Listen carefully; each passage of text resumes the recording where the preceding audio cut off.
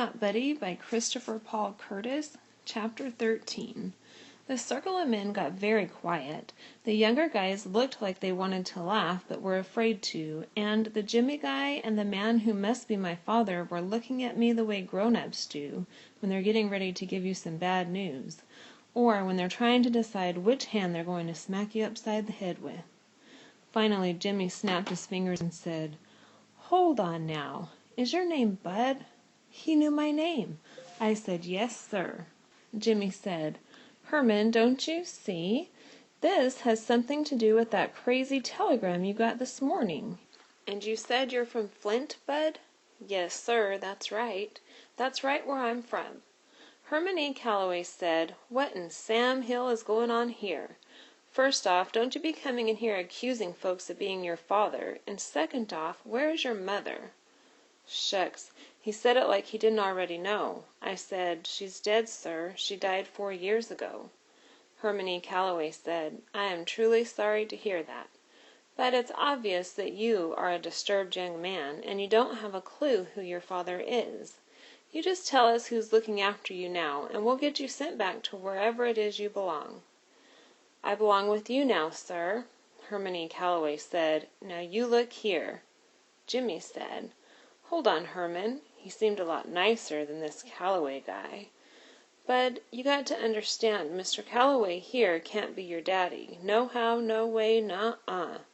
I don't know what gave you that idea, but whatever, we've got to get you back home. Someone in Flint's got to be worried sick about you." I said, "No, sir. I don't have nobody left in Flint. That's why I came all the way here." He said, "No one at all?" I said, "No, sir." He said, "No brothers?" "No, sir." "No sisters?" "No, sir." "What about an auntie?" "No, sir." "No grandma?" "No, sir." Shucks, it looked like this guy was going to go over my whole family tree, but he whistled and said, "So were you living in an orphanage?" Uh-oh. Had to be careful how I answered this. One wrong answer and I could tell that these guys were ready to give me up to the cops or give me a one-way ticket back to the home. I said, "Well, sir, I had some problems with some folks that were supposed to be looking after me. And after I hid their shotgun and poured water all over Todd Amos, I busted out of the shed and had to go on the lam. And then I thought it was about time I came and met my father because it's been—" He raised his hand to stop me. "That's fine, son. But just answer what I asked you. What orphanage were you in?" "Well, sir, I used to be in a home, and then I wasn't. And then I was with some people that were kind of mean. And then I tried to find Miss Hill, but she moved all the way to Chicago, and that was too far to walk, so—" He raised his hand again to shut me up. "Hold on, Bud. Do me a favor. Go wait by that door for a minute." He pointed to the side of the stage. I walked over and waited to see what was going to happen. I tried pushing the door open a little bit in case I had to make a quick escape, but it was jammed tight. I'd have to leave out of the same door I came in. The man named Jimmy and the guy who had to be my daddy started whispering. After a while, Herman E. Calloway raised his arm and said, "Hey, but don't forget, this is your little red wagon. You pull it if you want." Jimmy said, "Fair enough." He waved me back onto the stage. "Bud," he said, "you look like you might be a little hungry, so I'll tell you what we're going to do. We're all done rehearsing, and we're about to head over to the Sweet Pea. You're invited to come along under one condition." "What, sir?" "Once you get something in your belly, you've got to be straight with me. You've got some explaining to do. We'll feed you, but you've got to tell us the truth. Do we have a deal?" He stuck his hand out for me to shake, but I wanted to know what I was getting myself into. "What's the Sweet Pea, sir?" "Best restaurant in Grand Rapids. Is it a deal?" I don't know how grown-ups can tell I'm always so doggone hungry, but I sure wasn't going to turn down getting my very first real restaurant food. I grabbed his hand and made sure I gave it a hard squeeze like Mama told me to, and said, "Yes, sir. Thank you, sir." He smiled. "No problem." Herman E. Calloway said, "Well, James, like I said, if he's going to be doing some explaining, it's got to be to you. I don't need to listen to this scamp's nonsense whilst I'm trying to digest my supper. Stuck a pipe that wasn't lit into his mouth and walked off the stage. Shucks, if my father had to be so doggone old. I was starting to wish that Lefty Lewis or this Jimmy guy were him. Herman E. Calloway seemed like he was going to be hard to get along with. The horn player said, "Little man, my name is Jimmy Wesley. You can call me Mr. Jimmy." "Yes, sir." He pointed at the younger men. "The drummer there is Doug, the thug tenant. The sax man is Harrison Eddie Steady Patrick." The saxophone player said, "Aw, man, it's not Eddie Steady, it's Steady Eddie Patrick." Mr. Jimmy said, "Uh-huh. And on the trombone we have Chug Doo Doo Bug Cross, and the palest member of the band on piano is Roy Dirty Deed Breed." He shook his head again and said, "Lord knows why these young musicians can't just leave the perfectly good names their mammas gave them alone. But for some reason they can't. Anyway, fellas, this here is Bud. What was your last name, Bud?" "Caldwell, sir." "This here's Bud Caldwell. He's going to be your guest over at the Sweet Pea for dinner. Y'all say hello to the little man and make him feel comfortable." The thug said, "What's the word, Bud?" Dirty Deeds said, "How you doing?" Doo Doo Bug said, "Welcome, little stuff." Steady Eddie said, "Good to meet you, my man." I said, "Pleased to meet you." Mr. Jimmy told them, "All right, he'll ride over with you four. Me and Herm will meet you there." The sax man, Steady Eddie, said, "All right, Mr. Jimmy, we'll finish loading up." The Jimmy guy went out of the front door. The sax man told me, "Come on, little man. If Mr. Jimmy's going to spring for your supper, the least you can do is help load the car. Grab that case over there and put it in the trunk of the Buick out back." He pointed to a long, skinny black suitcase that had a leather handle on top of it and said, "And be careful, that's my bread and butter in there." I must have looked confused because he told me, "That's my horn, my axe, my saxophone, the thing I make all my money with, so don't get butterfingers and drop it." I said, "Oh, yes, sir." The trombone man, Doo Doo Bug, said, "One thing you are going to have to drop, though, is all that 'sir' stuff. The only two folks around here old enough for you to be calling them 'sir' are Mr. Jimmy and," he winked, "your long-lost dear old daddy." The whole band busted a gut laughing. The thug said, "I'm a let you in on a little secret, my man. I think the only reason Mr. C. is denying he's your daddy is 'cause you went on and hurt his feelings." "How? I didn't do nothing to him." "There it is, that's just what I mean. Here you two are getting together for the first time and you didn't show the man no love." He looked over at Doo Doo Bug. "Bug, did you see any love being passed from this boy to his daddy?" Doo Doo Bug said, "You leave me out of your nonsense." The thug kept going. "Shoot, man. Seems to me like you should give the man his props. Seems to me like you should have given the man a whole lot more affection." "You see, I know Mr. C. better than most folks do.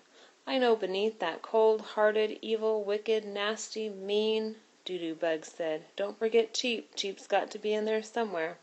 The thug said, "You know, Cheap's right up high on the list, but as I was saying, beneath all that festering nastiness is a tender, kind, loving human being. Why, I bet you dollars to doughnuts that he's outside right now sitting in that Packard sobbing openly about how you shunned him. When you get to the Sweet Pea, rush right up on him, give him a big hug, yell out 'Daddy,' then plant a big juicy kiss right on the top of his shiny bald head. Shoot, you do that and you'll be in his will so quick your head'll spin." I put this thug guy on my list of people not to pay any mind to. Herman E. Calloway seemed like the kind of person that would rather get bit in the behind by a snaggle-toothed mule than have somebody give him a kiss. Steady Eddie said, "Let's not get the little man killed before he's had a chance to eat, Thug. Son, I hope you've got sense enough to let what he's telling you go in one ear and find the nearest exit. You just steer clear of Mr. C. for a while. He's not someone you want to toy with, and for God's sake, whatever you do, don't call him Daddy or Papa or anything that's going to give anyone the idea you two are kin. You hear?" These guys really thought I was dumb. I said, "Yes, sir." But isn't it just like my luck to come clean across the state to find my daddy, and he turns out to be a mean old coot? Slapped my hand over my mouth. I knew better than saying something like this out loud, but it just fell out of my mouth before I could swallow it down. This was Bud Caldwell's Rules and Things to Have a Funner Life and Make a Better Liar Out of Yourself, number 63. Rules and Things, number 63. Never, ever say anything bad about someone you don't know, especially when you're around a bunch of strangers. You never can tell who might be kin to that person, or who might be a lip-flapping big-mouth spy. Sure enough, the drummer, the thug guy, started acting like he was writing stuff down on a piece of pretend paper. He said, "Let's see, was that mean old coot or old mean coot? Shoot, baby, if I drop some info like this on Mr. C, I might be able to stay in this band longer than the last 3 drummers did. You see, kid, you ain't the only one trying to get on Mr. C's good side. This is the best drumming gig in the state, and I need to hang on to it as long as I can." I wasn't sure if this drummer guy really was a dirty dog, or if he was just a big teaser. Whichever way, I'd have to work real hard on remembering Rule and Thing number 68, or was it 63? Steady Eddie said, "Thug, you're going to have to lay off the kid's chops. The little man's got problems enough, and he sure don't need to have you meddling with him. Let's get that car loaded. Me and what's your name again, kid?" "Bud, not Buddy. Just Bud, not Buddy." "Right. Me and Bud Not Buddy are too dang hungry to hear any more of your lip." Of all the dusky devastators of the Depression or the Nubian Nights, Steady Eddie is my favorite. We loaded a bunch of funny-shaped black suitcases into the trunk of a big old black Buick, then climbed in. I got in the back seat and sat between Dirty Deed and Steady Eddie with my suitcase on my lap. Doo-Doo Bug got behind the steering wheel and the thug got in beside him. The thug said, "So, Bud Not Buddy, I'm gonna come right out and ask what's on everyone else's mind. How'd you find out Mr. C was your daddy?" "My mother let me know." Thug said, I ain't trying to be funny, and I never play the dozens on no one, but let me ask you, was your mama, how can I put this? Was your mama as old as sand when she had you?" Steady Eddie said, "Man, leave the kid alone. You got no call to go prying into his life." I never minded talking about my mama, so I told the thug, "Yes, sir, she was pretty old when I was born." Thug said, "Shoot, I knew she had to be either old or crazy to have anything to do with that man. How old was she? 80, and was she blind?" I said, "No, sir, she was old, but her eyes didn't go bad yet. She was 20 when I was born, and she was 26 when she died." That news always kills any conversation you're having with grown folks. The dusky devastators got as quiet as some mice with bedroom slippers on. The only sound you could hear for a second was the keys clanging up against the metal dashboard as Doo-Doo Bug turned the car into the front of a little house that had a sign saying "The Sweet Pea" on it.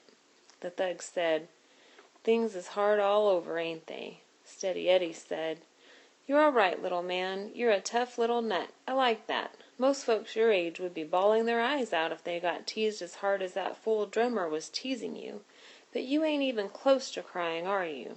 I said, "No, sir. I don't know why, but my eyes don't cry no more." Steady Eddie said, "I like that. My eyes don't cry no more. You mind if I borrow that? That sounds like a great name for a song." I said, "No, sir, I don't mind at all." He reached over and rubbed his hand over my head and said, "Yeah, you're all right, little fella. And don't you worry none too much about that thug. Mr. C changes drummers the way most folks change their drawers. What you see in that front seat is a man on borrowed time." Thug said, "Aw, man, what did you hear?" Doo-Doo Bug cut the car off and said, "All right, gentlemen, that's enough. Let's go stuff our craws."